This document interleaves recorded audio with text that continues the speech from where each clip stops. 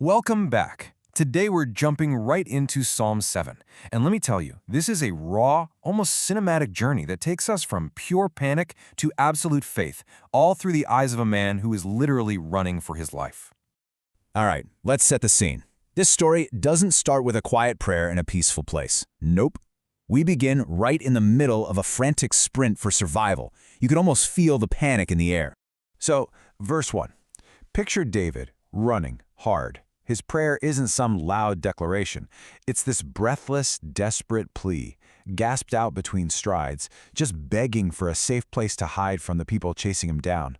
And then, verse 2, the threat he feels is terrifyingly real. He imagines being torn apart like prey by a lion. And the worst part of that image? The feeling of total, chilling helplessness, knowing there is absolutely no one around who can save him. Okay, so right here, the whole scene just flips on a dime. David stops running, and that frantic chase through the wilderness suddenly transforms into a solemn courtroom. And guess who he puts on the witness stand? Himself.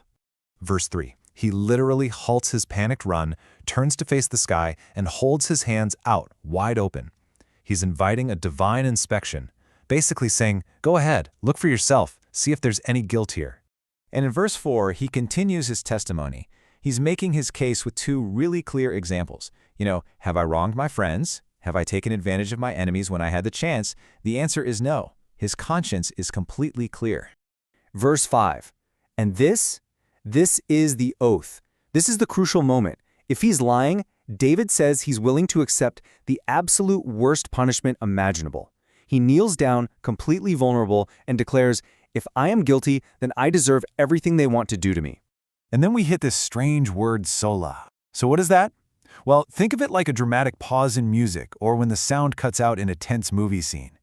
It's a moment for everyone, David, God, and us, to just stop, take a breath, and really feel the incredible weight of the oath he just made. Everything is hanging in the balance. So after declaring his innocence so powerfully, David's whole prayer shifts. It's not just a personal defense anymore. It's now this powerful appeal for justice, not just for him, but for everyone. Now look at verse 6. The focus zooms up to a throne in the heavens. Imagine a colossal judge, his face filled with righteous anger, rising to his feet. He's not motivated by fear, he's moved by injustice. He is getting up to bring order to the chaos. Then in verse 7, it's like the camera pulls way back. David's personal problem has now become a case for all of humanity. You can see countless people from every nation gathering around that throne, all looking up, waiting for a just verdict. Verse 8. You can almost hear the gavel come down, but it's not a punishing sound. It's a clear, ringing tone of truth, and David is standing there totally confident because he knows his integrity is all the defense he needs. And verse 9 gives us the final judgment. Picture a set of divine scales. On one side, wickedness is just crumbling into dust, but on the other, a just heart is lifted high. It's a powerful reminder that God doesn't just judge what we do, He weighs the very heart itself. So you can feel David's confidence just surging now, and his picture of God changes again. He's not just a judge anymore. Now he's a mighty warrior, actually preparing for battle. And that brings us to verses 10 and 11. It's like a massive, impenetrable shield just materializes out of thin air right in front of David. It's glowing, a perfect symbol of divine protection. He's not exposed and afraid anymore. He is defended. Now, in verses 12 and 13, we get this amazing cinematic montage of God preparing for battle.